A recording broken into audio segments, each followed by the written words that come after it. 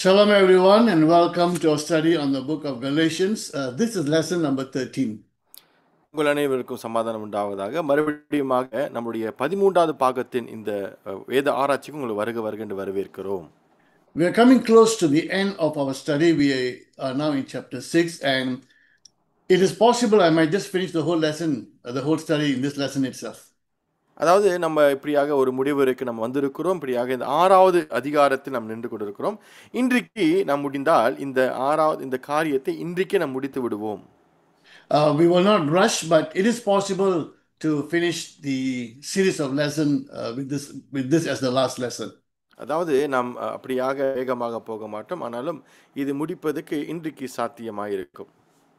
Now, I don't know how many of you have ever heard of this British band called the Hollies. நீங்க எத்தனை the Hollies? Hollies, yeah. நீங்கள் எத்தனை பேர் பிரிட்டிஷோட வங்கியை கேள்விப்பட்டீங்கன்னு தெரியும். அது வங்கியின் பெயர் Hollis. Not bank, bank. Okay, அது ஒரு இசைக்குழு. They were very famous in the 1960s and mid 1970s. 1960ஆம் ஆண்டில் 70ஆம் ஆண்டில் இந்த இசைக்குழுவானது மிகவும் பிரபலமாக இருந்தது. Now in my younger days I remember this band called the Hollies. எனக்கு ஞாபகம் இருக்கிறது இந்த இசைக்குழுவுடைய பேர் ஹாலிஸ் என்று சொல்லி. எனக்கு என்னுடைய வயதில் எனக்கு ஞாபகம் இருக்கிறது. In 1969 they released a song that's called He Ain't Heavy, He's My Brother. 1969ஆம் ஆண்டில் அவர்கள் இப்படியாக ஒரு பாடலை வெளியிட்டிருந்தார்கள். He ain't heavy, he's my brother. இவர் எனக்கு பாரமாக இல்லை என்று சொன்னார். இவர் என்னுடைய சகோதரர். Now till today that song is being played. இன்று வரையிலும் இந்த பாடலானது இன்னும் ஒலித்துதான் இருக்கிறது. Some believe there's a biblical theme to this song. ஒரு சிலர் இந்த காரியத்தை நம்புகிறார்கள். இது வேதாகமத்திலிருந்து எடுக்கப்பட்ட ஒரு ஐடியா என்று சொல்லி. If you never heard of the song, you can hear it today. It's a beautiful song with meaningful words. நீங்க இந்த பாடலை இன்னும் கேட்காம இருந்தீங்கன்னு சொன்னால் நீங்க தாராளமாக கேட்கலாம். மிகவும் அழகான வரிகள் உள்ள பாடலாக இருக்கிறது. But the title has a story behind it. ஆனாலும் இந்த பாடலுடைய அந்த டைட்டிலை பார்க்கும் பொழுது இந்த டைட்டிலுக்கு பின்பாக ஒரு கதை இருக்கிறது. Now in 1884 a book was written called The Parables of Jesus. 1884ஆம் ஆண்டில் இப்படியாக ஒரு புஸ்தகம் எழுதப்பட்டது. எப்படின்னு சொன்னால் இயேசுவுடைய ஓமை சொல்லி. The author James Well, he belonged to the Church of Scotland, and in that book he tells a story. ஸ்காட்லாந்தில் இருக்கிற ஒரு சபையில் உள்ள இவர் அந்த சபையில் உள்ள எழுத்தாளர், அவர் பேர் James. He refers to a Scottish young girl who was carrying her younger brother who was as big as she was. அதாவது ஒரு இளம்பெண், ஒரு சிறுமி, ஒரு பெண்ணானவள் தன்னுடைய சகோதரனை தூக்கி வைத்திருந்தால் அந்த சகோதரனை பார்க்கும் பொழுது இவருடைய அந்த சைஸுக்கு தான் இருந்தார். She was carrying him on his back and she was walking. அவள் இப்படியாக அவனை சுமந்து கொண்டு அப்படியாக முதுகு வாயிலாக சுமந்து கொண்டு நடந்து கொண்டிருந்தாள். And someone looked at that and commented, "Oh, that must be heavy." ஒருவர் இப்படியாக அதை பார்த்து சொன்னார், இது மிகவும் பாரமாக தான் இருக்கும். To that, when she heard that, she replied, "He's not heavy, he's my brother." அதை கேட்ட அந்த சகோதரி அந்த நபரை பார்த்து சொன்னாலாம், அவர் எனக்கு பாரமாகவே இல்லை என்று சொன்னால் அவர் என்னுடைய சகோதரர். What a beautiful thing to say. Although the boy was heavy, but for her, he's my brother, therefore I don't feel the burden. எவ்வளவு ஒரு அழகான ஒரு காரியம் பாருங்க. அந்த சிறு பையனை பார்க்கும் பொழுது அவன் பாரமாக இருந்தும் தன்னுடைய சகோதரிக்கு அவன் பாரமாக இல்லை என்று சொன்னால் இவன் என்னுடைய சகோதரன். We are now looking at the part where Paul deals with practical Christian living. அதாவது நாம் பவுல் நடைமுறை, அதாவது கிறிஸ்துவின் நடைமுறை வாழ்க்கை எப்படி என்று சொல்லி அது மட்டும் கவனிக்காமல், now we are now looking at the part where Paul is emphasizing practical Christian living. நாம் எந்த காரியத்தை கவனித்துக் கொண்டிருக்கோம் என்று சொன்னால் பவுல் நடைமுறை என்று சொல்லுகிற பயன்பாடு, இந்த நற்செய்தியின் பயன்பாடு எப்படி என்று சொல்லி அது கவனித்துக் கொண்டிருக்கிறார். Paul in most of his letters, you will see this as well in Galatians, he will deal with the doctrinal matter first, then he will deal with the practical aspects. பவுலுடைய நிருபங்களை பார்க்கும் பொழுது இந்த காரியத்தை பொதுவாக இப்படிதான் அவர் கையாளுவார். முதலாவது அந்த உபதேசத்தை அவர் அப்படியாக உச்சரித்து பிறகு அதனுடைய நடைமுறையை அதனுடைய பயன்பாடையே வெளிப்படுத்துவார். Paul always deals with the doctrinal matter. It is important to have the right doctrine. It is important for us to know what is truth. பவுலை பார்க்கும்போது எப்பொழுதுமே அந்த உபதேசத்தை தான் முதல்ல எடுத்து அவர் உச்சரிப்பார். அது ரொம்ப முக்கியமாக இருக்கிறது. நமக்கும் அந்த உபதேசமானது நம் வாழ்க்கையில் முதலிடமாய் இருக்க வேண்டும். In writing to Timothy, 1 Timothy 4:16, Paul will say to Timothy, watch your life and doctrine carefully. அதாவது 1 தீமோத்தேயு 4:16 4வது அதிகாரம் 16ஆம் வசனத்தில் வாசிக்க கூடும் என்று சொன்ன பவுல் சொல்லுவார் தீமோத்தேயுவை பார்த்து, உன்னுடைய ஜீவனையும் உபதேசத்தையும் காத்துக்கொள். This is what Paul did with his own life. He made sure that he paid careful attention to doctrine, to the right belief, at the same time to live the right Christian life. இதுதான் பவுலும் தானும் இந்த காரியத்தை அப்படியாக அமுல்படுத்த வேண்டும் என்று சொல்லி அவரும் கவனமாக இருந்தார். உபதேசத்தையும் கைவிடாமல் இருந்தார். அதே நேரத்தில் நற்செய்தியின் பயன்பாடும் அவர் அப்படியாக வழிநடத்தி வந்து கொண்டிருந்தார். And in writing his epistles to the churches or even to individuals, you will see both. He will emphasize correct understanding biblical truth, at the same time biblical behavior. இதுதான் அவருடைய இப்படி நிருபங்களையும் சரி, சபைக்கு எழுதுவதும் சரி, ஒரு தனிப்பட்ட நபருக்கு இருந்தாலும் சரி, அவருடைய உபதேசமானது சரியான வேதாகமத்தின் உபதேசத்தை கையாண்டு அதோடைய நடைமுறை எப்படி இருக்க வேண்டும் என்று சொல்லி அதையும் அவர் சொல்லுவார். You will see not just the apostle Paul but all the other apostles, they fought for the truth. They fought for the right teachings. அதாவது அப்போஸ்தலர் பவுல் மட்டுமல்லாமல் எல்லா அப்போஸ்தலரும் சத்தியத்துக்கு போராடினார்கள். சரியான உபதேசம் போய் சேர வேண்டும் என்று சொல்லி போராடினார்கள். Today you will hear people say, it doesn't matter what you believe, just believe in Jesus. That's a very dangerous statement to make, because that's not the way the apostles looked at it. அதாவது இன்றைக்கு நிறைய அப்படிப்பட்ட வாக்கியங்களை பார்க்கலாம். நீங்கள் உபதேசத்தை குறித்து நீங்கள் கவலைப்பட அவசியமில்லை, இயேசு மட்டும் பார்த்தா போதும் என்று சொல்லி அது ரொம்ப ஒரு ஆபத்தான ஒரு வாக்கியமாக இருக்கிறது. Because the question is, which Jesus are you talking about? ஏன் என்று சொன்னால் இந்த இடத்தில் ஒரு கேள்வி எழும்புகிறது, எப்படிப்பட்ட இயேசுவை குறித்து நீ பேசிக் கொண்டிருக்கிறாய்? In 2 Corinthians, Paul will say, if someone comes and preaches a different Jesus than the one we preach to you, or different gospel or different spirit, you put up with it so easily. இரண்டாம் கொரிந்தியரை பார்க்கும்போது நாம் வாசிக்கிறபடியாக பவுல் சொல்லுவார், வேறொரு இயேசுவை, வேறொரு ஆவியை அல்லது வேறொரு சுவிசேஷத்தை கொண்டு வரும் பொழுது நீங்கள் அதுக்கு ஒத்து போகிறீர்கள் என்று சொல்லி அவர் அப்படியா கடிந்து கொள்வார். Which means the Corinthians did not really know who the real Jesus was. Someone comes with a different Jesus, they easily follow that. இப்படி இதை பார்க்கும் பொழுது இந்த கொரின் பட்டணத்துக்கு இயேசு யார் என்று உண்மையாளமாக தெரியவில்லை. வேறொரு இயேசுவை குறித்து பிரசங்கிக்கும் பொழுது அவர்கள் இலகுவாகவே விட்டு கொடுக்கிறார்கள். So we find all the apostles, when you read their letters, they are very strong. They are very strong when it comes to right belief. They affirm what is truth. அதாவது நீங்கள் அப்போஸ்தலரை பார்த்தீங்க சொன்னால் அவர்களை பார்க்கும்போது சரியான உபதேசத்திற்காக போராடினார்கள். சரியான ஒரு நற்செய்தியை அவர்கள் உறுதிப்படுத்தினார்கள். If right doctrine is not important, why tell the Galatians? They believe in Jesus. They're coming to church. Why take so much time to write to them if the right doctrine is not important? சரியான உபதேசம் தேவையில்லை என்று சொன்னால் அது நம்ம கணக்கில் எடுத்துக்கூடாது என்று சொன்னால் ஏன் பவுல் ஒரு முழு நிருபத்தை கலாத்தியர் என்று சொல்லி அவருடைய நேரத்தை எடுத்து சரியான உபதேசத்தை குறித்து அவர் எழுத வேண்டும்? Let me remind you what Galatians is all about. உங்களிடத்தில் நான் மறுபடியும் ஞாபகம் ஊட்டுகிறேன், கலாத்தியர் எதற்கு நிருபம் எழுதப்பட்டது என்று சொல்லி.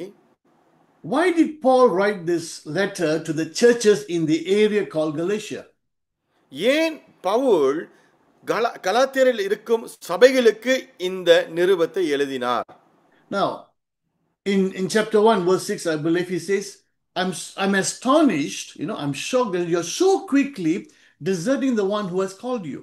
அதாவது முதல் அதிகாரத்தில் நான் விசுவாசிக்கிறேன், கலாத்தியர் பவுல் இப்படியாக சொல்லுவார், எனக்கு ரொம்ப ஆச்சரியமாக இருக்கிறது, மிக வேகமாக நீங்கள் இயேசு விட்டு விலகி விட்டீர்கள். Now, He's not writing to people who are not coming to church. Who's going to read the letter? Those who are coming to church. அதாவது இது சபைக்கு வராத ஆட்களுக்கு அவர் எழுதவில்லை. இந்த நிருபத்தை சபைக்கு வந்து கொண்டிருக்கிற விசுவாசிகளுக்கு தான் அவர் எழுதி கொண்டிருந்தார். He's writing to people who are coming to church, and he says, and he tells them, you have deserted the one who called you. உங்கள் அழைத்தவரை நீங்கள் விட்டு விலகிவிட்டீர்கள் என்று சொல்லி அவர்களிடத்தில் இந்த நிருபத்தை பவுல் எழுதுகிறார். Now, how have they deserted the one who called them? They're still attending church. அவர்களும் சபைக்கு வந்து கொண்டுதான் இருக்கிறார்கள். எப்படி அவர் அழைத்தவரை விட்டு இவர்கள் விலக்கினார்கள்? In verse 8, we read about someone preaching a different gospel. 8வது வசனத்தில் வாசிக்கிறோம், ஒரு சிலர் உங்கள் மத்தியில் இப்படியாக வேறொரு சுவிசேஷத்தை கொண்டு வருகிறார்கள். And Paul says, someone preaches a different gospel, he is eternally condemned. இப்படியாக பவுல் சொல்லுகிறார், இப்படியாக வேறொரு சுவிசேஷத்தை கொண்டு வருகிறவன் அவன் சபிக்கப்பட்டனா இருக்க கடவன் என்று சொல்லி பவுல் சொல்லுகிறார். It matters what gospel we preach. அதனால் நாம் பிரசங்கிக்கிற இந்த உபதேசமானது, இந்த சுவிசேஷமானது இது முக்கியமாய் இருக்கிறது. So if you preach a wrong gospel, we can be eternally condemned. நாம் தவறான உபதேசிப்போம் என்று சொன்னால் நாம் நித்தியமாய் சபிக்கப்பட்டவராய் மாறிவிடுவோம். So those who preach a different gospel are eternally condemned, and those who listen to those false gospel, those who believe the false gospel, they, although they are attending church, in reality they have actually gone away from God. அதாவது நீங்கள் யாரெல்லாம் இந்த வேறு விதமான உபதேசத்தை கொண்டு வருகிறார்களோ அவர்கள் சபிக்கப்பட்டவர்களாய் இருக்க கடவர்கள் என்று சொல்லி நாம் வாசிக்கிறோம். அது மட்டுமல்லாமல் யார் இதை கேட்டு பின்தொடர்கிறார்களோ இவர்கள் இயேசு விட்டு விலகின ஒரு சூழ்நிலைக்கு வருகிறார்கள். You know, we read 1 Timothy 4:16. I quoted, Paul will tell Timothy, watch your life and doctrine closely, persevere in them, because if you do, you will save yourself and those who hear you. 1 தீமோத்தேயு 4ஆம் அதிகாரம் 16ஆம் வசனத்தை நாம் வாசிக்கிறோம். என்னவென்று சொன்னால் பவுல் சொல்லுவார், உன்னுடைய உபதேசத்தையும் உன்னுடைய ஜீவனையும் நீ பாதுகாக்க வேண்டும், இல்லாவிட்டால் நீயும் what is it again? If you carry on in the right doctrine and right belief, you will save yourselves and those who hear you. சரி உபதேசத்திற்குள்ளாக நீங்கள் இருப்பீர்கள் என்று சொன்னால் நீங்கள் உங்களையும் காப்பாற்றி விடுவீர்கள், பிறரையும் காப்பாற்றி விடுவர். What was happening in Galatians was someone was preaching a different gospel. And what was the different gospel in Galatia? என்ன நடந்து கொண்டது கலாத்தியரை பார்த்தீங்கன்னு சொன்னால், ஒரு சிலர் இப்படியாக வேறொரு உபதேசத்தை அல்லது சுவிசேஷத்தை கொண்டு வருகிறார்கள். வேறொரு சுவிசேஷம் என்று சொல்லும் பொழுது அது எப்படிப்பட்ட ஒரு சுவிசேஷம்? What they were saying, what they were teaching was, you must get circumcised in order to be saved. அவர்கள் என்ன சொல்லி வருகிறார்கள் என்று சொன்னால், நீங்கள் ரட்சிக்கப்பட வேண்டும் என்று சொன்னால் நீங்கள் தொடர்ந்து விருத்த சேதனை கண்டிப்பாய் செய்ய வேண்டும் என்று சொல்லுகிறார்கள். They didn't come and say Jesus didn't die on the cross, he's not the Messiah. They didn't deny any of that. அவர்கள் இயேசு இப்படியாக அவர் மேசியா இல்ல, அவர் சிலுவையிலே மரிக்கவில்லை என்று சொல்லி எதுவும் மறக்கவில்லை. Basically they were saying, yes, that's important, it's not enough, you must add circumcision to it, only then you will be saved. அவர்கள் என்ன சொல்ல வர்றார்கள் சொன்னால், அதெல்லாம் முக்கியம்தான், அதெல்லாம் நீங்கள் விசுவாசிக்கிறது நல்லதுதான், ஆனாலும் உங்களுடைய நீங்கள் ரட்சிக்கப்பட வேண்டும் என்று சொன்னால் அதில் ஒரு காரியத்தை நீங்கள் சேர்க்க வேண்டும், அதுதான் விருத்த சேதனை. So today, what would be a different gospel? Anything we add to faith in Jesus is a different gospel. So இன்றைக்கு இந்த காலகட்டத்தில் எது வேறொரு அல்லது அதாவது வேற சுவிசேஷம் என்று சொல்லுவீர்கள் என்று சொல்லப்படும் என்று சொன்னால், எதெல்லாம் உங்க விசுவாசத்தை தவிர்த்து சேர்க்கப்படுகிறதோ அதெல்லாம் வேறொரு சுவிசேஷம். Now works are important, but that comes after we get saved. You don't work to be saved. அதாவது கிரியை என்று சொல்லும் பொழுது அது முக்கியம்தான். நாம் ரட்சிக்கப்பட்ட பிறகு நல்ல கிரிகள் செய்வது அவசியம். ஆனா நல்ல கிரிகள் செய்துதான் நாம் ரட்சிக்கப்படும் என்று சொல்லி அது அவசியம் அல்ல. Now let's look at chapter 6. So இப்பொழுது நம்ம 6வது அதிகாரத்தை நாம் கவனிப்போம்.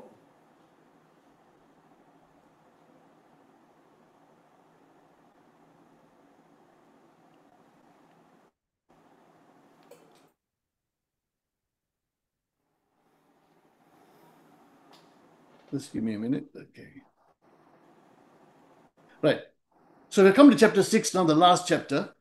நாம் 6ஆம் அதிகாரத்துக்கு நாம் வந்திருக்கிறோம். இதுதான் கடைசி அதிகாரம் We're கலாத்தியர். going to be looking at the first 10 verses, and we can see them in two groups. One, bearing burdens, the other one, sharing blessings. அதாவது நாம் 10 அதிகாரங்கள் 10 வசனங்களை நாம் கவனிக்க போகிறோம். இந்த 10 வசனத்தை நாம் இரண்டாய் பிரிப்போம் என்று சொன்னால், முதலாவதாக பாரத்தை சுமப்பது, இரண்டாவதாக ஆசீர்வாதத்தை நாம் பகிர்ந்து கொள்வது. So the two ministries that we do to our fellow Christians, one is we carry their burdens, the other one is we share our blessings. ரெண்டு காரியங்கள் நம் விசுவாசிகள் மத்தியில் அல்லது நம்ம சகோதர சகோதரி மத்தியில் நம்ம அது செய்ய வேண்டும் என்று சொன்னால், முதலாவதாக நம் பாரங்களை நம் சுமப்பது, ஒருவருடைய பாரத்தை சுமப்பது, இரண்டாவதாக ஆசீர்வாதங்களை நாம் பகிர்ந்து கொள்வது. Okay, let's read verse 1. நாம் முதல் வசனத்தை வாசிக்க 6ஆம் அதிகாரம் முதல் வசனம்.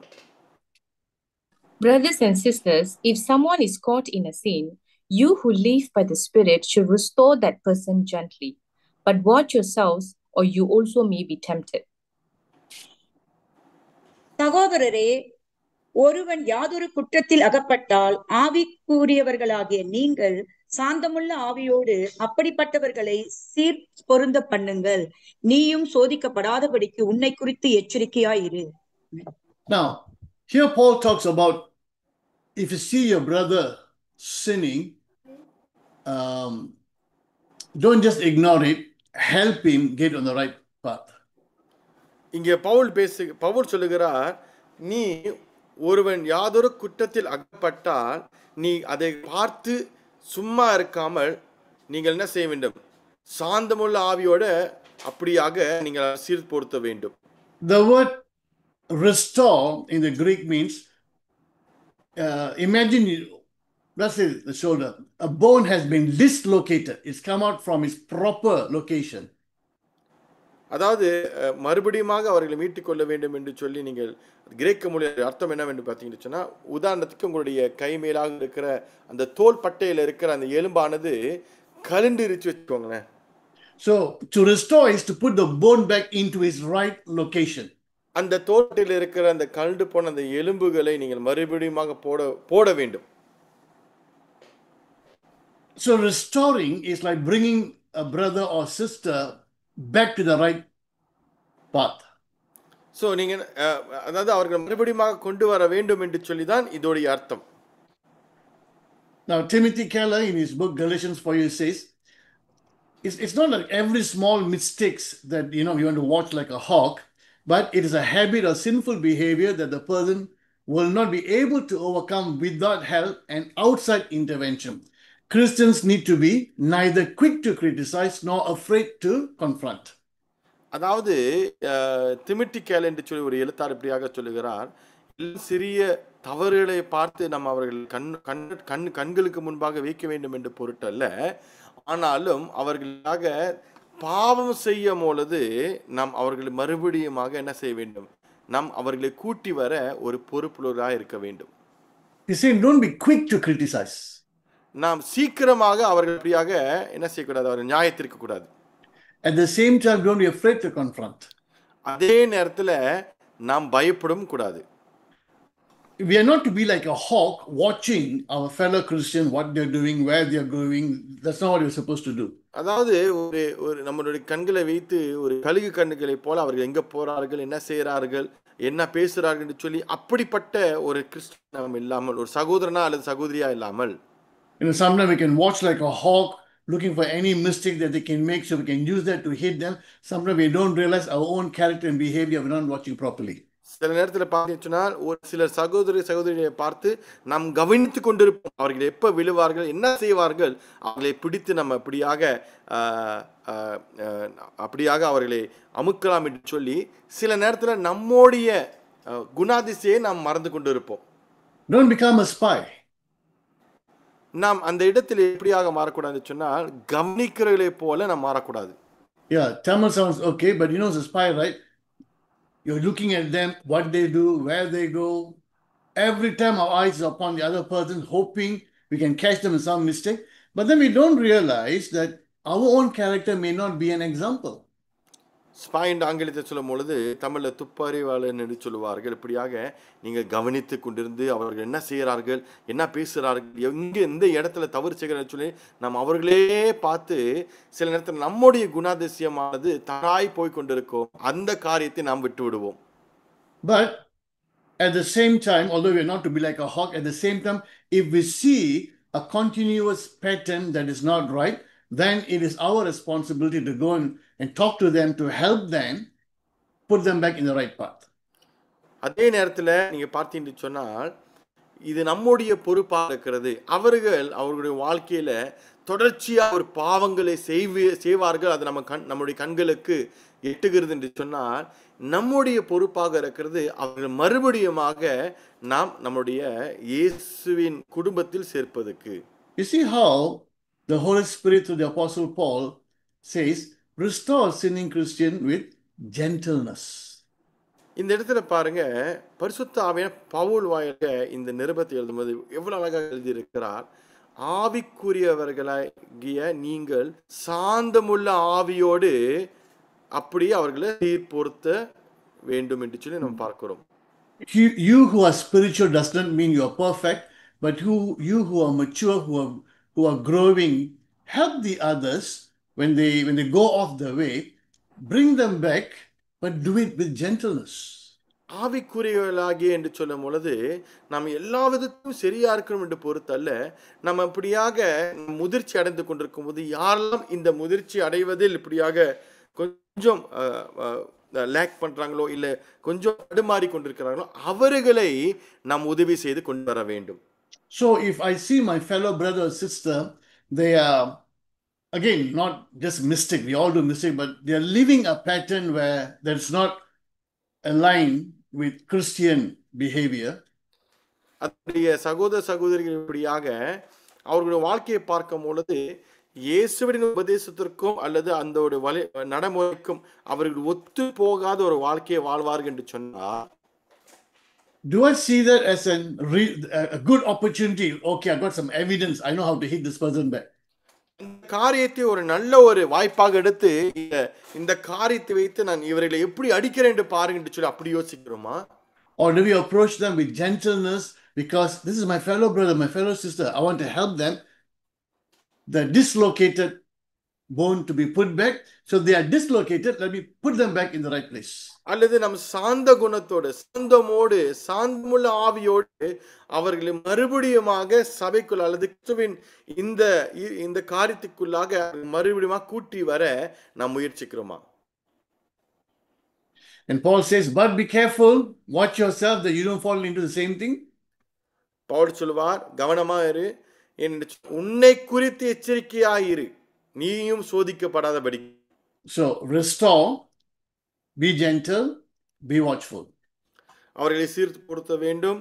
நாம் ஆவியோ அதாவது நாம் சாந்தமுள்ள ஆவியோடு அவர்களை மறுபடியும் கூட்டு வர வேண்டும். அதே நேரத்தில் நாமும் எச்சரிக்கையா இருக்க வேண்டும். Now let's read verse 2. வாசிப்போம். Carry each other's burdens, and in this way you will fulfill the law of Christ. ஒருவர் பாரத்தை ஒருவர் சுமந்து இப்படியே கிறிஸ்து இயேசுவினுடைய பிரமாணத்தை நிறைவேற்றுங்கள். Remember the song that I spoke about? He's not heavy, he's my brother. ஞாபகம் அந்த பாடலை குறித்து நான் சொல்ல பாட வரிகள், இவன் எனக்கு பாரம் இல்லை, இவனுடைய சகோதரன் என்று சொல்லி.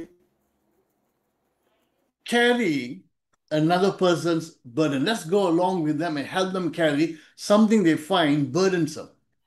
ஒருவர் பாரத்தை ஒருவர் சுமந்து அவருக்கு பாரமா இருக்கிற ஒரு காரியத்தை நாமும் அவரோடு சேர்ந்து அதை சுமக்க கற்றுக்கொள்ள வேண்டும்.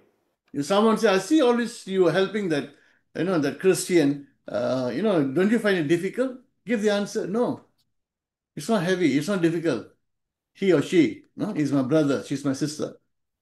யாராவது ஒரு இடத்துல சொன்னாங்கன்னா, நான் பார்க்கிறேன் நீங்க எப்பவுமே அவர்களுக்கு உதவி செய்தாலே கண்ணோட்டமா இருக்கீங்களே, உங்களுக்கு கஷ்டமா இல்லையா சொல்லணும். வேதம் இப்படியாக தான் சொல்லுகிறது, ஒருவர் பாரத்தை ஒருவர் சுமக்க வேண்டும் என்று சொல்லி நாம் அந்த பிரமாணத்தை நிறைவேற்றிக் கொண்டிருக்கிறோம். Then verses 2 to 5, let's read verses 2 to 5. இரண்டாம் வசனத்தின் வசனம் வரையில வாசிக்கப்போம். 3 to 5, sorry. சரி, மூன்றாவது வசனத்துல 5ஆம் வசனம் வரையிலும். If anyone thinks they are something when they are not, they deceive themselves. Each one should test their own actions. Then they can take pride in themselves alone without comparing themselves to someone else. For each one should carry their own load. அவனவன் தன் மூணாவது ஒருவன் தன் ஒன்றுமில்லாதிருந்தும் தன்னை ஒரு பொருட்டென்று எண்ணினால் தன்னைத்தானே வஞ்சிக்கிறவனாவான். அவனவன் தன் தன் சுய கிரியையை சோதித்து பார்க்க கடவன். அப்பொழுது மற்றவனை பார்க்கும் போதல்ல, தன்னையே பார்க்கும் போது மேன்மை பாராட்ட அவனுக்கு இடம் உண்டாகும். அவனவன் தன் தன் பாரத்தை சுமப்பானே. So we have two burdens or two loads that we need to carry. இப்ப நமக்கு இரண்டு பாரங்கள் நாம் சுமக்க வேண்டியதாக இருக்கிறது. One is another person's burden. ஒன்று இன்னொருடைய பாரம். The other one is our own load. இன்னொன்று நம்முடைய சொந்த பாரம் நாம் சுமக்க வேண்டும். Now think of this way. We have seen pictures of people carrying big huge sacks on their head. இப்படியாக யோசித்து பார்ப்போம். ஒரு சிலரை பார்க்கும்பொழுது பார்ப்போம், அவங்களோட தலைமையிலாக ஒரு பெரிய பெரிய கோணி இப்படியாக தூக்கி சுமந்து இருப்பார்கள். Is going there and say, let me help you carry that. நாம் அங்க போய் நம்ம என்ன சொல்ல வரோம் என்று சொன்னால், உங்களுக்காக நான் சுமக்கிறேன் வாருங்க என்று சொல்லி அவர்களுடைய ஒரு சில கோணி பை எடுத்து நம்ம சுமந்து கொண்டிருக்கிறோம். And then look at another picture where we've seen people carrying a sack, their own bag at the back. இன்னொரு பாறையை பார்க்கும் பொழுது, ஒரு சிலரை பார்க்கும் பொழுது அந்த கோணியை அந்த முதுகில் சுமந்து போவார்கள். So there are two loads that we need to carry. One is helping another person, carrying another person's burden. இப்ப ரெண்டு பாரங்களை நாம் சுமக்க வேண்டியதாக. ஒன்று இன்னொருடைய பாரத்தை நாம் சுமந்து கொண்டிருக்கிறோம். Now the English puts it very nicely, burden, but we have to carry our own load. அதே நேரத்தில் நம்முடைய சுமையும் நாம் சுமக்க வேண்டும். In other words, we have responsibilities. We have to carry out our responsibilities. இன்னொரு வார்த்தையை சொல்ல வேண்டும் என்று சொன்னால், நமக்கு பொறுப்புகள் இருக்கும் என்று சொன்னால் நம்முடைய பொறுப்பு நாம் தான் சுமக்க வேண்டும். We have to discharge our duties. நம்முடைய பொறுப்புகள் நாம் தான் சரியாக செய்து முடிக்க வேண்டும். If I don't do my duty, then I'm being lazy. என்னுடைய காரியங்களை அல்லது பொறுப்புகள் நான் சரியாம செய்ய விடாம என்று சொன்னால் நான் சோம்பல்தனமாக இருக்குன்னு தான் அர்த்தம். So I have to help another person's burden, to carry another person's burden. At the same time, I have my loads, my responsibility, my duties, which I cannot expect someone to come and carry. These are my duties, my responsibilities. I must carry that. So அதனால் இன்னொருடைய சுமையை நான் சுமக்க வேண்டியதாக இருக்கிறது. அதே நேரத்தில் என்னுடைய சுமையும் நான் சுமக்க வேண்டியதாக இருக்கு என்று சொன்னால், என்னுடைய சுமை என்று சொல்லும் பொழுது இது என்னுடைய பொறுப்பு, இது எனக்கு கொடுக்கப்பட்ட வேலை, நான் தான் இது செய்து முடிக்க வேண்டும். So a spiritual Christian, meaning a maturing Christian, when he sees his fellow brother or sister, going away from the path, he will go and gently restore them. ஆவிக்குரியலாகிய அப்படின்னு வாசிக்கும் போது என்ன சொன்னால், நாம் முதிர்ச்சி அடைந்து கொண்டிருக்கையில் நம்முடைய சகோதரிகள் இப்படியாக ஒரு இடத்தில் ஒரு காலத்தில் அவர்கள் தத்தளித்து கொண்டிருந்தால் இது நம்முடைய பொறுப்பாக இருக்க வேண்டும். நாம் போய் அவர்கள் உதவி செய்ய வேண்டும். A spiritual maturing Christian, when he sees his fellow brother or sister carrying a burden, they are underburdened, they are having a difficult time, they are suffering, he will go and help them. ஒரு முதிர்ச்சி அடைந்த ஒரு கிறிஸ்தவன் இருக்கும் அவனுடைய சகோதரரை பார்க்கும் பொழுது அவன் தன் சொந்த பாரத்தை சுமந்து இப்படியாக தத்தளித்து கொண்டிருக்கும் பொழுது இவன் உதவி செய்வதற்கு நட வேண்டும். A spiritual Christian, a growing, maturing Christian knows that he has responsibilities and he will make sure that he carries out his responsibilities. ஒரு ஆவிக்குரிய ஒரு முதிர்ச்சி அடைஞ்ச கிறிஸ்தவன் அவன் நன்றாக அறிந்திருப்பான், தனக்குன்னு ஒரு சுமை இருக்கிறது, அது அவனுடைய பொறுப்புல இருக்கிறது, அவன் தான் அதை சுமக்க வேண்டும் என்று சொல்லி சரியாக அந்த காரியத்தை செய்து முடிக்க பார்ப்பான். See, Paul has put the doctrine right in the first few chapters. Pavul பாருங்க, அதிகாரங்களிலே பார்க்கும் பொழுது உபதேசத்தை அவர் சரியாக வைத்துக் கொண்டு வந்தார். Now he's putting them or telling them how to live out their lives as a Christian. இப்ப அவர் சொல்லுகிறார், நீங்கள் ஒரு கிறிஸ்துவனாய் வாழும் பொழுது எப்படி நடைமுறை வாழ்க்கையில் இது கொண்டு வர வேண்டும் என்று சொல்லி அவர் இப்படியாக பேசுகிறார். So we have seen bearing burden. Now let's go to the second part. We are to share our blessings. பாரத்தை சுமப்பது என்று சொல்லி இந்த காரியத்தின் முதல் பாகத்தில் பார்த்தோம். இரண்டாவது பாகத்தில் பார்ப்போம் நம்முடைய ஆசீர்வாதங்களை நம்ம எப்படி பகிர்ந்து கொள்வது. Let's read verse 6. 6வது வசனத்தை நான் வாசிப்போமாக. Nevertheless, the one who receives instruction in the word should share all good things with their instructor.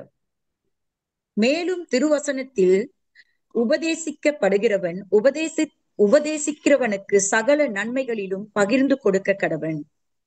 Share with those who teach you the word of God. திருவசனத்தில் படுகிறவன் உபதேசிக்கிறவனுக்கு சகல நன்மைகளும் பகிர்ந்து கடவான். Again, Timothy Keller in his book says, Timothy Keller மறுபடியும் அவருடைய புத்தகத்தில் சொல்கிறார், all good things almost certainly means financial support. சகல நன்மைகள் என்று சொல்லும் பொழுது இது நிச்சயமாகவே இது நிதியின் குறித்து தான் பேசுகிறது. It benefits both learner and teacher. இது படுகிறவர்களுக்கும் உபதேசிக்கிறவர்களுக்கும் இந்த காரியமானது அவருக்கு நன்மையாக வாய்க்கும். If the instructor is supported to do the job full time, in this light, if the instructor is supported to do the job full time, அதாவது இந்த உபதேசிக்கிறவனுக்கு இப்படியாக ஒரு முழு ஊழியத்துக்கு போவதற்கு அவன் சரியான ஒரு நிதி இருக்கும் என்று சொன்னால், and remember, share the word, the Greek word is koinonia, which normally is translated as fellowship.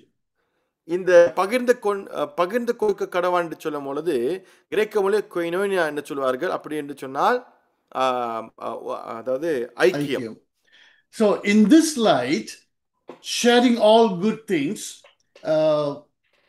Timothy Keller explains, the meaning becomes even richer. அதாவது இந்த வாயிலாயை பார்க்கும் பொழுது இதோடைய அர்த்தமானது இன்னும் அதிகரித்து கொண்டிருக்கிறது. So the salary of a Christian teacher is not seen as a payment for what he's doing, but you're coming along and fellowshipping with him, helping him as he helps you. அதனால் அவர்களுக்கு கிடைக்கிற சம்பளமானது அவர்கள் செய்கிற ஊழியத்துக்கோ அல்ல வேலைக்கோ நீங்கள் கொடுக்கறது அல்லாமல் நாம் ஒன்றாக இணைந்து அந்த இடத்துல நாம் ஐக்கியம் பெறும் பொழுது நம்முடைய சகோதரர் அல்லது உபதேசிக்கிறவருக்கு நாம் என்ன செய்கிறோம்? உதவி செய்கிறோம் அல்லது அவருடைய பாரத்தை நாமும் சுமக்கிறோம். Now when I say him, it is both the male and female. When I say brother, it also includes ladies. நான் அவர் சொல்லும் பொழுது இரண்டும் ஆணும் பெண்ணும் உள்படையதாக இருக்கும். When we read brothers, don't think it is male. Brothers is used to refer to Christians, male or female. அதாவது சகோதரர் அப்படின்னு சொல்லும் பொழுது ஆண்கள் என்று சொல்லி நீங்கள் அது எண்ணிக்கொள்ள வேண்டாம். சகோதரர்கள் இப்படியாக சொல்லி எழுதப்படும் பொழுது இது பெண்களுக்கும் ஆண்களுக்கும் ஒரே மாதிரியாக சொல்லப்படுகிறது. For example, let's take 1 Corinthians. When you read, many times Paul will say brothers, brothers, brothers. Does that mean the women are exempted from doing this? No. Brothers is a word that refers to believers. அதாவது 1 கொரிந்தியர் வாசிக்கும் பொழுது சகோதரர்களே சொல்லி பல முறை நிருபத்தை எழுதினவர் பவுல் இப்படியாக அது குறிப்பிட்டிருப்பார். அப்படி என்றால் சகோதரிகள் இது விட்டு விலக வேண்டுமா அல்லது சகோதரிக்கு இதுக்கும் சம்பந்தம் இல்லை. சகோதரர்கள் என்று சொல்லும் பொழுது பவுல் சபையை குறிக்கிறார். Remember in Galatians itself, Paul will say, in Christ there's neither male nor female, we are all sons of God. அதாவது கலாத்தியர் பவுல் சொல்லுவார், கிறிஸ்துக்குள்ளாக இனி நாம் ஆண் பெண் அல்ல, ஆனாலும் கிறிஸ்துக்குள்ளாக நாம் எல்லோரும் தேவனுடைய புத்திரர்களாக இருக்கிறோம். Okay, so brothers or sons of God refers to believers, Christians, whether male or female. சகோதரர்கள் அல்லது தேவ புத்திரர்கள் என்று சொல்லும் பொழுது கிறிஸ்து விசுவாசிகளை காமிக்குது. இரண்டு பேர்களும், அது ஆணா இருந்தாலும் சரி பெண்ணா இருந்தாலும் சரி. So when I say he, don't think I'm only referring to male. When I say he, it can be a man or woman, but those who are teaching. அதாவது அவர் என்று சொல்லும் பொழுது ஆண்கள் மட்டுமல்லாமல் அவர் என்று சொல்லும் பொழுது அது ஆணாலும் இருந்தாலும் சரி பெண்ணாலும் சரி உபதேசிக்கிறவர்கள் யாரா இருந்தாலும் இவர்களுக்கு இது பிச்சேரும். So a full-time worker, when he includes she, it's not to be seen as payment for their work, but you're coming along and fellowshipping with them and supporting them in what they're doing for you. அதாவது முழு ஊழியத்தில் இருக்கிறவர்களுக்கு சம்பளம் பேசுகிற பொழுது அவர்கள் செய்கிற வேலைக்கு தான் சம்பளம் என்று சொல்லி அப்படி பார்க்காமல் நாம் ஒன்று கூடி இப்படியாக ஃபெலோஷிப் பண்ணும் பொழுது நாம் ஒன்று கூடி இப்படியாக அந்த ஒரு ஐக்கியத்தை பெறும் பொழுது நாம் நம்முடைய சகோதரனுடைய பாரத்தை நாம் சுமக்க நாம் தயாராக இருக்கிறோம். Again, quoting Timothy Keller, just as teachers share the spiritual gift God has given them with the learner, so the learners share the financial gifts God has given them with the teacher. எப்படி ஒரு உபதேசிக்கிறவன் தன் தேவன் கொடுத்த அந்த ஞானத்தை வைத்து கர்த்தருடைய வசனத்தை அவன் பகிர்ந்து கொள்கிறாரோ அதே போல விசுவாசிகள் அவர்களுடைய பலம் நிதி என்று சொல்லும் பொழுது அதுவும் அவர்கள் பகிர்ந்து கொள்ள தயாராக இருக்க வேண்டும். If we want the person who's teaching us, whether pastor, leader, to be involved fully in taking care of our spiritual needs, then the church must take care of their financial needs. ஒரு போதகராக இருக்கட்டும் அல்லது ஒரு மூப்பனாக இருக்கட்டும் அல்லது உபதேசிக்கிறவன் யாராக இருந்தாலும் தன் முழு ஊழியத்தில் இறங்கி என்னுடைய ஆத்துமாக்கு உண்டான அந்த அந்த அந்த காரியத்தை இவர்கள் பார்த்துக்கொள்ள வேண்டும் என்று சொல்லி நீங்கள் எண்ணினால் அதே அதே அந்த அதே எண்ணத்தோடு நாம் எப்படி யோசிக்க வேண்டும் சொன்னால் அவர்கள் தேவைகளுடைய காரியத்தை நாமும் பார்த்துக்க வேண்டும். Now, this is what Jesus taught in the Gospels. You'll find this. இதுதான் ஆண்டவராகிய இயேசு கிறிஸ்து சுவிசேஷத்தில் கற்றுக் கொடுத்தார். இதை நாம் பார்க்க முடியும். Paul talks about it here. Pavul இந்த இடத்தில் பேசுகிறார். Paul also talks about it in 1 Corinthians chapter 9. 1 கொரிந்தியர் 9ஆம் அதிகாரத்திலும் அவர் பேசுகிறார். So blessing those who are teaching us is not payment for what they're doing, but fellowshipping with what they're doing. So ஆதலால் உபதேசிக்கிறவர்களுக்கு நாம் அப்படியாக அவர்களுக்கு ஆசீர்வதிக்கும் பொழுது அது அவர்கள் செய்த கொடுத்த நேரத்துக்கோ அல்லது கொடுத்த பாடத்துக்கு நாம் சம்பளம் கொடுப்பது அல்ல, அந்த ஒரு ஐக்கியத்தில் நம் பாரத்தை சுமக்கிறோம். Let's read verses 7 and 8. 7ஆம் அதிகாரம் 7ஆம் வசனத்தில் 8ஆம் வசனம் வரையில் வாசிக்கப்போமாக. Do not be deceived. God cannot be mocked. A man reaps what he sows. Whoever sows to please their flesh, from the flesh will reap destruction. Whoever sows to please the Spirit, from the Spirit will reap eternal life. மோசம் போகாதிருங்கள். தேவன் நம்மை பரிகாசம் பண்ணவிட்டார். மனுஷன் எதை விதைக்கிறானோ அதையே அறுப்பான். தன் மாமிசத்திற்கென்று விதைக்கிறவன் மாமிசத்தினாலே அழிவை அறுப்பான். ஆவிக்கென்று விதைக்கிறவன் ஆவியினாலே நித்திய ஜீவனை அறுப்பான். Paul is using an example from agriculture. Pavul இப்படியாக விவசாயத்தை எடுத்து ஒரு உதாரணமாக பயன்படுத்துகிறார். And sowing and reaping something, even those who are not in farming will understand. விதை அதாவது விதைப்பது அறுப்பது என்று சொல்லும் பொழுது விவசாயத்தில் எல்லாதவர்களுக்கும் இது புரிந்து கொள்ள முடியும். Now this principle of sowing and reaping is a principle that can be applied to many different areas of our Christian life. இந்த கோட்பாடானது விதைப்பது அல்லது அறுப்பது என்று சொல்லும் பொழுது நம்முடைய இந்த கோட்பாடானது அநேக கோட்பாடுகளே கிறிஸ்துவ ஜீவியத்தில் இதை நாம் பயன்படுத்தலாம். What you sow, you will reap. எதை விதைக்கிறீர்களோ அதை நீங்கள் அறுப்பீர்கள். If you don't sow, you won't reap. நீங்கள் அதை விதைக்காவிட்டால் நீங்கள் அறுக்க மாட்டீர்கள். What you sow, that's what you reap. எதை விதைக்கிறீர்களோ அதை தான் நீங்கள் அறுப்பீர்கள். So the harvest that I want to see is really dependent on what I am sowing. நான் பார்க்க போகிற அந்த அறுக்க போகிற அந்த காரியமானது எதை அறுக்க போகிறேன் என்று சொல்லி எதை பொருட்டு இருக்கு என்று சொன்னால் நான் எதை விதைக்கிறேனோ அதுதான் அறுப்பேன். It can be good or bad, but the harvest I will get is based or dependent on what I'm sowing. அதாவது அது சரியாக நல்லதாக இருக்கலாம் கெட்டதாக இருக்கலாம், ஆனால் அது எதுவாக இருந்தாலும் நான் எதை விதைக்கிறேனோ அதுதான் அறுப்பேன். And say, and we read here, God cannot be mocked, and then we read about sowing and reaping. In other words, what I sow can honor God or dishonor God. அதாவது தேவன் தம்மை பரியாசம் பண்ணுவதர் என்று சொல்லி நாம் வாசிக்கிறோம். அதோட அர்த்தம் என்னவென்று சொன்னால் திருப்பி சொல்லுங்க again. What I sow can either honor God or dishonor God. நாம் எதை விதைக்கிறோமோ அது தேவனுக்கு ஒரு மகிமையாய் சேரும் அல்லது அது தேவனுக்கு ஒரு தூஷணமாக இருக்கும். So if we are not happy with our Christian life right now, the question we need to ask is, what have I been sowing?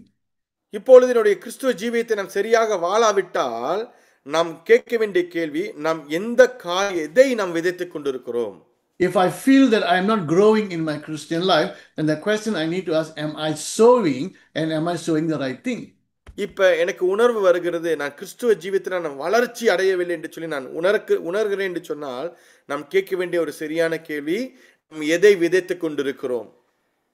What harvest do we want? எப்படிப்பட்ட காரியத்தை நாம் அறுக்க நாம் காத்துக் கொண்டிருக்கிறோம்? Well, that depends on what we want to sow. அது நாம் எதை விதைக்கிறோம் என்று சொல்லி பொறுத்து இருக்கிறது. Verses 9 and 10. 9 வசனம் 10 வசனம் வரையிலும், Let us not become weary in doing good, for at the proper time we will reap a harvest if we do not give up. Therefore, as we have opportunity, let us do good to all people, especially to those who belong to the family of believers.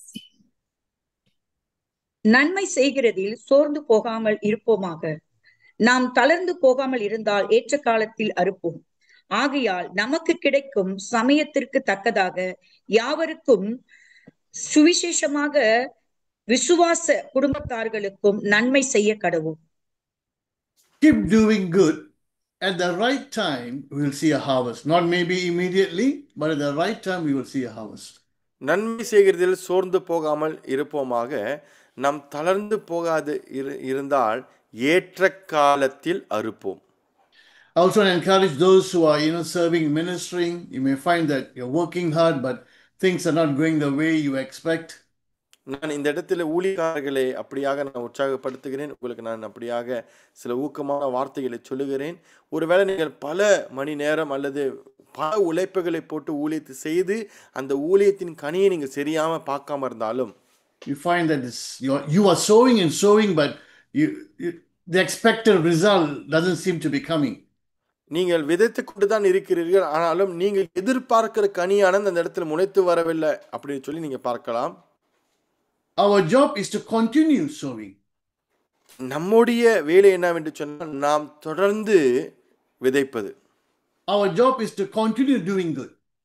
நம்முடைய வேலை என்ன சொன்னா, நன்மை செய்கிறதில் நாம் சோர்ந்து போகாம நாம் இருக்க வேண்டும். If we do that without giving up, then at the right time we will reap the harvest. நாம் அதை தளர்ந்து போகாமல் நாம் அதை தொடர்ந்து செய்து கொண்டிருப்போம் என்று சொன்னால் ஏற்ற காலத்தில் நாம் அறுப்போம். So I want to encourage everyone, keep running your Christian life, keep serving the Lord, keep doing good, because at the right time we will see a harvest. அதனால் இந்த இடத்துல ஊழியக்காரர்களுக்கு அப்படியாக நான் பார்த்து உங்களை உற்சாகப்படுத்துகிறேன். தொடர்ந்து சோர்ந்து போகாமல் ஓடுங்கள், தளர்ந்து போகாமல் இருங்கள் என்று சொன்னால் ஏற்ற காலத்தில் நாம் ஏற்ற கனியை நாம் அறுப்போம்.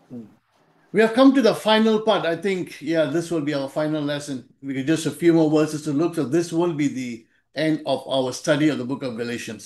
So இப்போ நம்ம கடைசி பகுதிக்கு நாம் வந்திருக்கிறோம். இந்த கடைசி பகுதியில் ஒரு சில காரியம் நாம் பார்க்க போகிறோம். So Paul, as he's concluding, let's read verse 11. Pavul இந்த காரியத்தின் நிருபத்தை எழுதி முடிக்கும் பொழுது 11ஆம் வசனத்தை நாம் வாசிப்போமாக. See what large letters I use as I write to you with my own hand. என் கையெழுத்தாய் எவ்வளவு எழுதி இருக்கிறேன் என்று பாருங்கள்.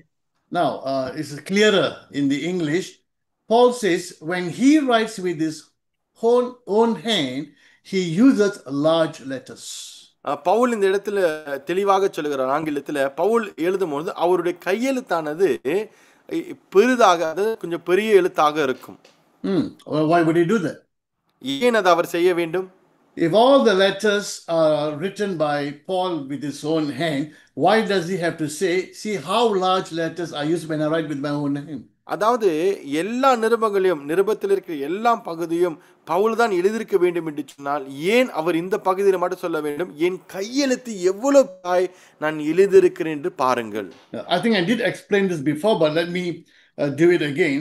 Now, did Paul sit down and write every single letter, writing it by himself?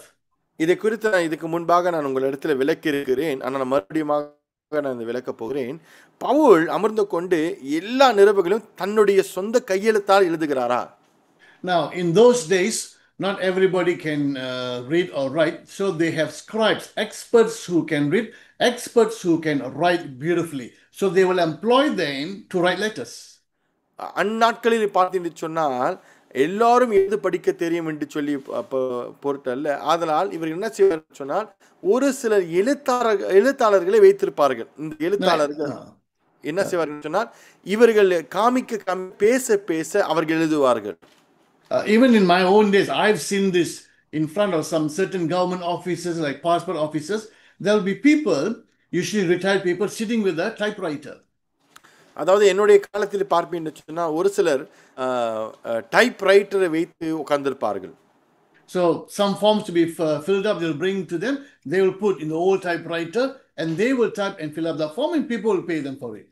சில ஃபார்ம்ஸ் நீங்கள் அந்த காரியத்தை நீங்கள் எழுத வேண்டும் என்று சொன்னால் அவங்க எடுத்து போக வேண்டும். எடுத்து போய் நீங்கள் சொன்னாலே போதும். அவர்கள் என்ன செய்வார்கள், அந்த டைப்ரைட்டரில் போட்டு அந்த ஃபார்ம்ஸ் அவர்கள் உங்களுக்காக நிரப்பி கொடுப்பார்கள். That's what the Apostle Paul did. இதுதான் அப்போஸ்தலர் பவுலும் செய்தார். Usually, when I ask the question, who wrote Romans? Almost everyone will say, well, Paul wrote Romans. யார் ரோமர் புத்தகத்தை எழுதினார், நிருபத்தை எழுதினார் கேட்டால் எல்லாருக்கும் தெரியும் பவுல் தான் அந்த காரியத்தை நிருபத்தை எழுதினார் என்று சொல்லி. Read Romans 16:22. நான் வாசிக்கப்போமாக ரோமர் 16ஆம் அதிகாரம் 22ஆம் வசனத்தை நான் வாசிக்கப்போம். I, Tertius, who wrote down this letter, greet you in the Lord. இந்த நிருபத்தை எழுதின தெர்தியுவாகிய நான் கர்த்தருக்குள் உங்களை வாழ்த்துகிறேன். Paul used a scribe to write Romans, and in Romans, the scribe who wrote mentioned his name, I, Tertius, who wrote this down. So Paul dictates, Tertius will write it. Pavul ஒரு எழுத்தாளரை அவர் பயன்படுத்தி கொண்டிருக்கிறார். நாம் 22ஆம் வசனத்தில் வாசிக்க முடியும். இந்த நிருபத்தை எழுதின தெர்தியுவாகிய நான் என்று சொல்லி பவுல் அவர் பேச தெர்தியு அதை எழுதுகிறார் என்று சொல்லி நாம் பார்க்கிறோம். In fact, it's suggested Paul could have used more scribes at the same time. That way, few letters or few copies of the same letter can be written. One he will keep and others he can send to others. That's a possibility that scholars are now suggesting. இன்றைக்கு வேத வல்லுநர்கள் இந்த காரியத்தை அவர் என்ன சொல்லுகிறார் சொன்னால் பவுல் ஒரு எழுத்தாளர் மட்டுமல்லாமல் ஒரு சிலர் எழுத்தாளர்களை வைத்து அவர் எழுதுவார். அவர் பேச எழுதி கொண்டு இன்னும் அசல்களை வைத்திருப்பார். அசல் இவர் வைத்திருப்பார். சில நகல்களை இவர்கள் வைத்திருப்பார்கள். இதுதான் சபைகளுக்கு கொடுக்கப்படும். Now, if the handwriting is someone else's handwriting, how would they know it is Paul? The letter came from Paul. இது இன்னொருடைய கையெழுத்து என்று சொல்லி வந்தது என்று சொன்னால் இது பவுலிடத்துல தான் வந்திருக்கு என்று சொல்லி வாசிக்கிறவர்களுக்கு எப்படி தெரியும்? Two ways. ரெண்டு விதமா. One, of course, the person bringing the letter. ஒன்று கண்டிப்பாக இது யாரு கொண்டு நிருபத்தை கொண்டு வர நபரை பொறுத்து இருக்கிறது. In some places Paul mentioned who is bringing the letter. Is Timothy bringing the letter or Titus bringing the letter? They know confidently that Paul has written this letter. ஒரு சில இடத்துல பார்த்தீங்கன்னு சொன்னால் திமோத்தேயு இந்த நிருபத்தை எடுத்து போகும்போது அல்லது அப்போஸ்தலர் பவுலுக்கு நெருங்கிய வேலை செய்ய அப்போஸ்தலர் எடுத்தும்போது அவர்களுக்கு தெரியும் இது பவுல் கொடுத்த ஒரு நிருபம் என்று சொல்லி. The second way, turn to 2 Thessalonians chapter 3 verse 17. இரண்டாவது வழி என்று சொன்னால் 2 தெசலோனிக்கர் chapter 3 verse 17. மூன்றாம் அதிகாரம் 17ஆம் வசனத்தை நான் வாசிப்போமாக. I, Paul, write this greeting in my own hand, which is the distinguishing mark in all my letters. This is how I write. பவுலாகிய நான் என் கையெழுத்திலே உங்களை வாழ்த்துகிறேன். நிருபங்கள் தோறும் இதுவே அடையாளம். இப்படியே எழுதுகிறேன். So, a scribe will write the whole thing. When it comes to the greeting part, Paul will take the pen, he will write it. And the way Paul writes, all the Christians know. And so this becomes the distinguishing mark in all his letters. So இங்கே பார்க்கும்பொழுது இந்த முழு நிருபத்தை இன்னொரு எழுத்தாளர் எழுதுவார். ஆனால் பவுல் அதை முடிவுரை வரும்பொழுது பவுல் அந்த நிருபத்தை எடுத்து அவர் இதுதான் இதுவே அடையாளம் என்று சொல்லி அந்த பகுதி அவர் மட்டும் எழுதுவார். That's another example. 1 Corinthians chapter 16 verse 21. இன்னொரு உதாரணம் பார்ப்போம். 1 கொரிந்தியர் 16ஆம் அதிகாரம் முதலாம் வசனம் verse 21. 21ஆம் வசனம்.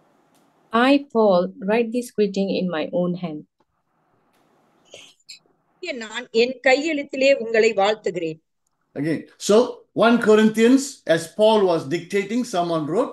When it comes to the greeting, Paul takes the pen and he writes. So when they receive the letter, when they look at the greeting, they know this is Paul's handwriting. அதனால் இந்த முழு 1 கொரிந்தியரை பார்க்கும் பொழுது ஒரு எழுத்தாளர் இது எழுதினார்.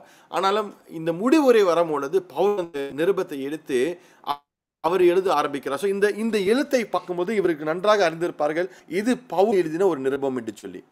Now in Galatians itself, Paul will say in one part, it's because of some infirmity that I first came to you to preach the gospel. அதாவது கலாத்தியரிலே அப்படியாக பவுல் சொல்லுவார், ஒரு சில காரியத்தினால் என்னுடைய நோய்வாய்ப்பட்டு கொண்டிருக்கிறதுனால நான் உங்களிடத்தில் பேச வந்திருந்தேன்.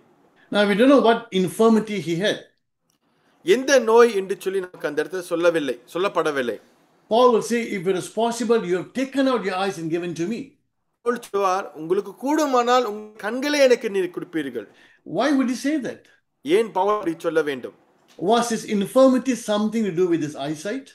அப்படி என்றால் தன்னுடைய குறையை பார்க்கும் பொழுது தன்னுடைய கண்களுக்கு அது ஒட்டி இருக்கிறதா? Is that why Paul says, see how large letters I use when I write?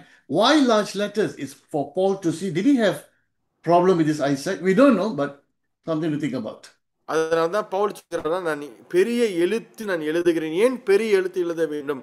பவுலுக்கு பார்வையில் ஒரு பிரச்சனை இருக்கிறதா தெரியும்.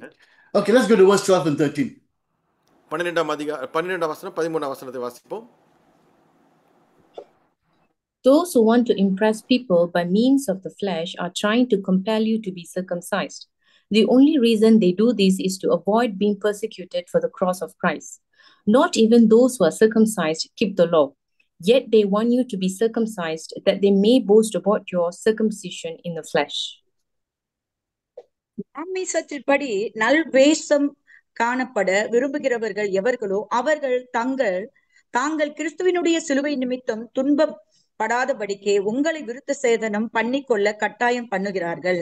விருத்த சேதனம் அடைந்து இருக்கிற அவர்கள் நியாயப்பிரமாணத்தை கை கொள்ளாமல் இருக்கிறார்கள். அப்படி இருந்தும் அவர்கள் உங்கள் மாமிசத்தை குறித்து மேன்மை பாராட்டும்படிக்கு நீங்கள் விருத்த சேதனம் பண்ணிக்கொள்ள வேண்டும் என்று விரும்புகிறார்கள்.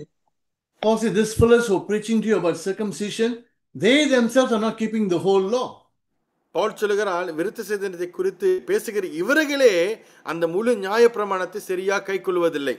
They just want to boast, oh, we got them circumcised. அதை குறித்து அவர்கள் பெருமைதான் படுகிறார்கள். But Paul says, he also boasts, but where is his boasting? Pavul சொல்லுகிறார், இதை குறித்து நானும் பெருமைப்படுகிறேன். என்னுடைய பெருமை எங்க இருக்கிறது? Verse 14. 14வது வசனம். May I never boast except in the cross of our Lord Jesus Christ, through whom the world has been crucified to me and I to the world. நானோ நம்முடைய கர்த்தராகிய இயேசு கிறிஸ்துவின் சிலுவையை குறித்தே அல்லாமல் வேறொன்றையும் குறித்து மேன்மை இருப்பேனாக. அவரால் உலகம் எனக்கு சிலுவையில் அறையுண்டு இருக்கிறது, நானும் உலகத்திற்கு சிலுவையில் அறையுண்டு இருக்கிறேன். The false teachers were boasting about circumcision, but the apostle Paul boasts about crucifixion. இங்க பார்க்கும்போது தவறான உபதேசத்தை கொண்டு வந்தவர்கள் மேன்மை பாராட்டி கொண்டிருக்கிறார்கள். அந்த மேன்மை பாராட்டை பார்க்கும் பொழுது அது தவறான திசையில் இருக்கிறது. ஆனாலும் பவுல் சொல்லுகிறார், நானோ நம்முடைய கர்த்தராகிய இயேசு கிறிஸ்துவின் சிலுவை குறித்து அல்லாமல் வேறொன்று குறித்து மேன்மை பாராட்டுவதில்லை. Paul doesn't talk about his expertise, his knowledge. He doesn't talk about proud about experience. His focus, the cross. Pavul தன்னுடைய அனுபவத்தையோ அல்லது தன்னுடைய காரியங்களோ ஸ்தானத்தை குறித்து பெருமை பாராட்டுவதில்லை. பவுலுடைய பெருமை பாராட்ட எதில் இருக்குன்னு சொன்னால் கிறிஸ்துவின் சிலுவையிலே குறித்திருக்கிறது. Where is our focus and where is our boast? That's a challenge. Do I focus on the cross? நம்முடைய கவனம், நம்முடைய பெருமை பாராட்டு எதில் இருக்கிறது? நாம் எதை கவனிக்கிறோம்? நம்முடைய கவனமானது நமக்குள்ளாக நம்முடைய அச்சீவ்மெண்ட், அதாவது நம்மளுடைய பலத்தில் இருக்கிறதா அல்லது சிலுவையில் மேல் நம்ம பெருமை பாராட்டி கொண்டிருக்கிறோமா?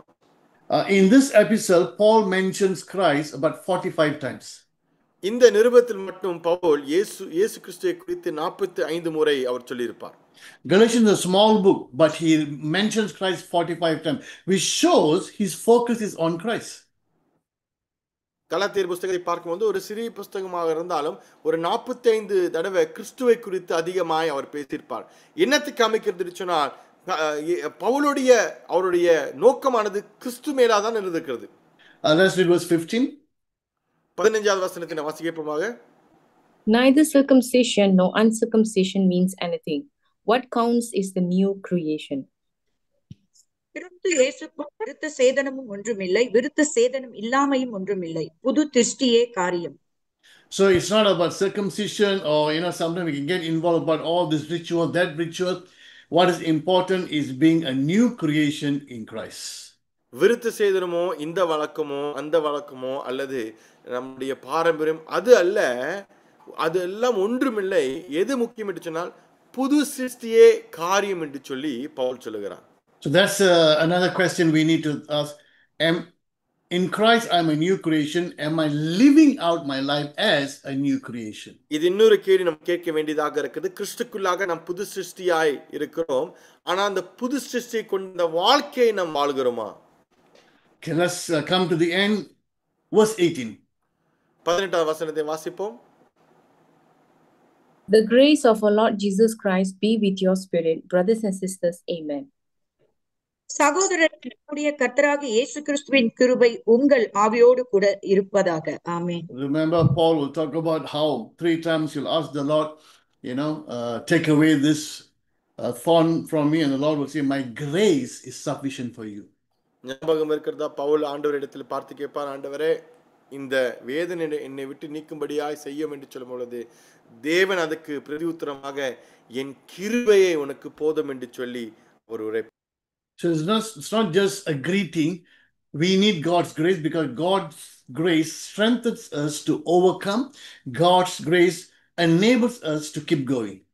ஸோ இது முடிவுரையை பார்க்கும்பொழுது இது வெறும் முடிவுரை மட்டும் அல்லாமல் கண்டிப்பாக இயேசு கிறிஸ்துவின் கிருபை என்று சொல்லும் பொழுது நமக்கு ஒரு பலனை கொடுக்கும். இயேசு கிறிஸ்துவின் கிருபை நமக்கு ஒரு பாதுகாப்பு கொடுக்கும். Right. Let's summarize the book. So அதனால் இந்த புஸ்தகத்தை நம்ம அப்படியாக நாம் சுருக்கி அதாவது இந்த காரியத்தை பேசலாம். Now, David Pawson is a British teacher. In his book Unlocking the Bible, he summarized it this way. David Pawson என்று சொல்ல பிறகு நல்ல ஒரு வேத ஆசிரியர் என்ன சொல்லுகிறதுனா இந்த கலாத்தியர் புஸ்தகத்தை இப்படியாக சுருக்கமாக சொல்லுகிறார். He talks about God's wrath, God's anger. தேவனுடைய கோபாக்கனை குறித்து அவர் பேசுகிறார். You can go with those guys who are preaching, you must be circumcised. That's legalism. Legalism is, I must do that, I must do that, I must do this to be saved. இந்த கலாத்தியர் புஸ்தகத்தில் பார்த்தது போல நீங்கள் விருத்த சேதனை செய்தே ஆக வேண்டும் என்று சொல்லுகிற இன்றைக்குள்ள உபதேசங்களை பார்க்கும் பொழுது நீங்கள் இது செய்தே ஆக வேண்டும், இப்படியா செய்தே ஆக வேண்டும், இந்த செய்தே ஆக வேண்டும் சொல்லி சட்டவாதமான ஒரு சில உபதேசங்கள் வந்து கொண்டிருக்கிறது. So legalism,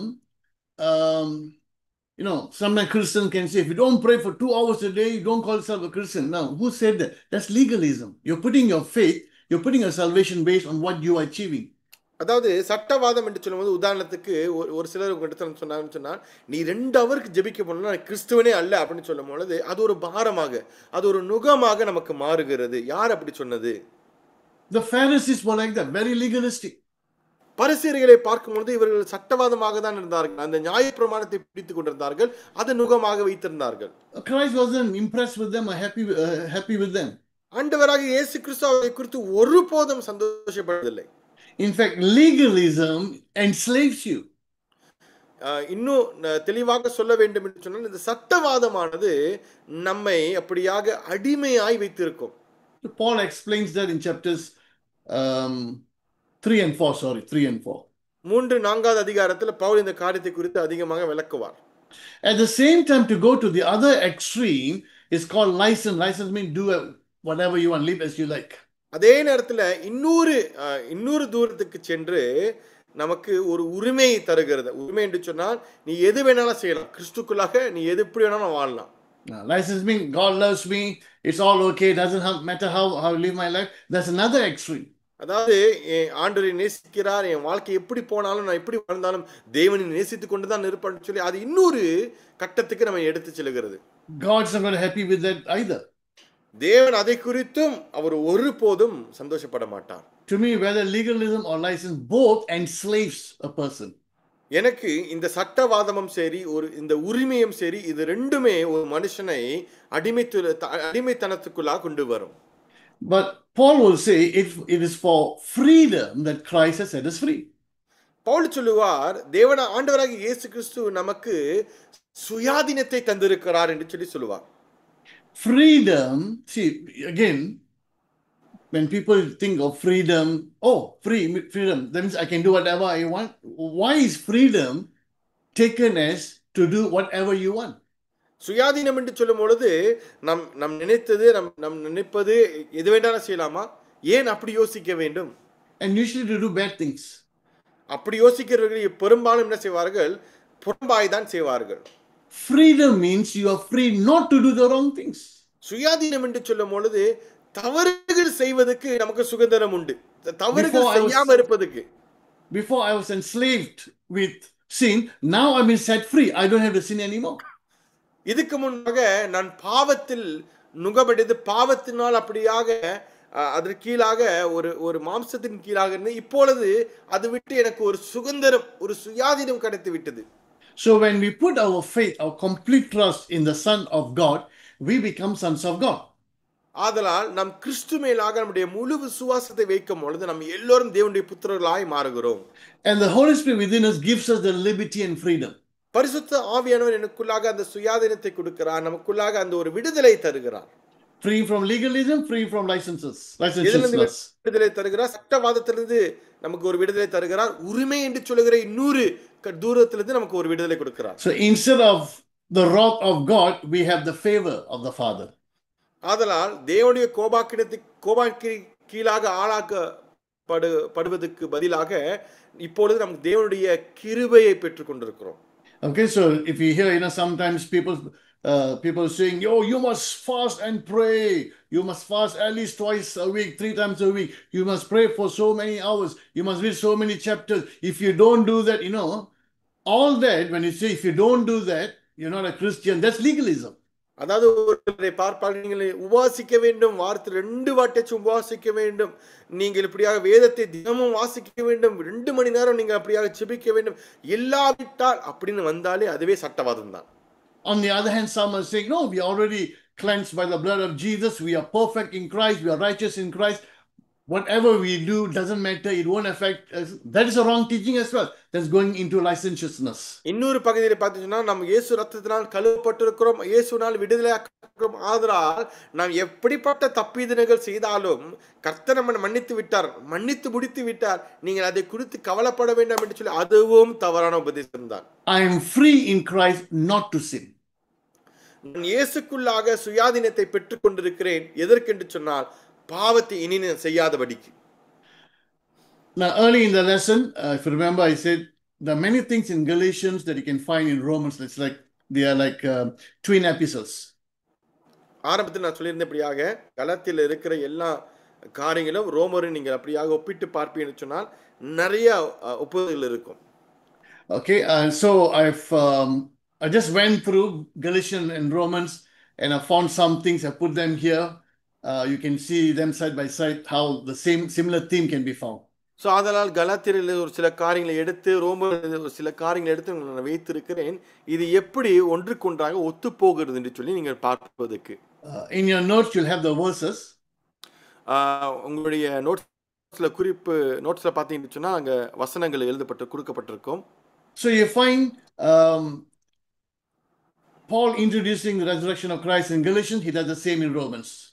கலாத்தியரில் கிறிஸ்து உயிர்த்தெழுதலை குறித்து பவுல் ஆரம்பிப்பார், அதுதான் ரோமரிலும் ஆரம்பிப்பார். In both letters you will find that we are justified by faith. 2 நிருபங்களிலும் விசுவாசத்தினால் நாம் நீதிமான்களாக்கப்பட்டோம் என்று சொல்லி நாம் பார்க்க முடியும். In both the epistles he will say we are not justified by law. 2 நிருபங்களை பார்க்கும் பொழுது நியாயப்பிரமாணத்தினால் நாம் நீதிமான்களாக ஆக்கப்பட முடியாது. Both letters because of faith in Christ Jesus, righteousness is credited to us. Both epistles will talk about it. விசுவாசத்தினால் நீதிமான்களாக்கப்பட்டோம். 2 நிருபத்திலும் பார்க்க முடியும். நீதியாக நாம் எண்ணப்பட்டோம் என்று சொல்லி 2 நிருபத்திலும் பார்க்க முடியும். In both places, he'll talk about that we are children of Abraham. 2 நிருபங்களிலும் நாம் ஆபிரகாம் பிள்ளைகள், ஆபிரகாமின் சந்ததிகள் என்று சொல்லி எழுதப்பட்டிருக்கிறது. Both epistles talks about that the Gentiles will also be saved or justified by faith. 2 நிருபங்களையும் பார்க்கும் பொழுது இந்த புறஜாதிகள் விசுவாசத்தினால் மட்டும்தான் நீதிமான்களாக்கப்படுவார்கள் என்று சொல்லி பவுல் அடித்து பேசுவார். In Galatians, Paul gives one reason or purpose for the law. In Romans, he gives another purpose for the law. இங்க பார்க்கும் பொழுது கலாத்தியர் அல்லது நியாயப்பிரமாணத்தின் நோக்கத்தை குறித்து அதிகம் பேசுவார். ரோமரிலும் நியாயப்பிரமாணத்தின் நோக்கத்தை குறித்து அவர் பேசுவார். In both epistles, we are sons of God. 2 நிருபங்களை பார்க்கும்போது நாம் தேவனுடைய புத்திரர்கள் என்று சொல்லி சொல்லப்படுகிறது. Both epistles, he mentions circumcision, that circumcision cannot help you to become righteous. 2 நிருபங்களை பார்க்கும் பொழுது விருத்த சேதனை குறித்து பவுல் பேசுவார். விருத்த சேதனையானது நமக்கு நம் ரட்சிக்கப்படுவதற்கு நமக்கு உதவி செய்யாது என்று சொல்லி பவுல் பேசுவார். In both epistles, he talks about living by the Spirit. 2 நிருபத்திலும் நாம் ஆவியோடு வாழ்வது எப்படி என்று சொல்லி பவுல் பேசுவார். And he talks about the conflict between the spirit and flesh in both epistles. அதே நேரத்தில் 2 நிருபத்திலும் ஆவிக்கும் மாம்சத்துக்கும் எப்படிப்பட்ட ஒரு போர் நடக்கும் என்று சொல்லி பவுல் பேசுவார். So you can see Galatians and Romans have similar themes. What some said, what Paul started in Galatians, he finishes in Romans. So இங்கே பார்க்கும் பொழுது கலாத்தியரும் நிருபம் சரி, ரோமர் நிருபத்திலும் சரி, பவுல் 2 காரியத்தையும் ஒன்றாக தான் பேசுவார். கலாத்தியரில் ஆரம்பித்தவர் ரோமர் நிருபத்தில் அவர் முடித்து வைப்பார்.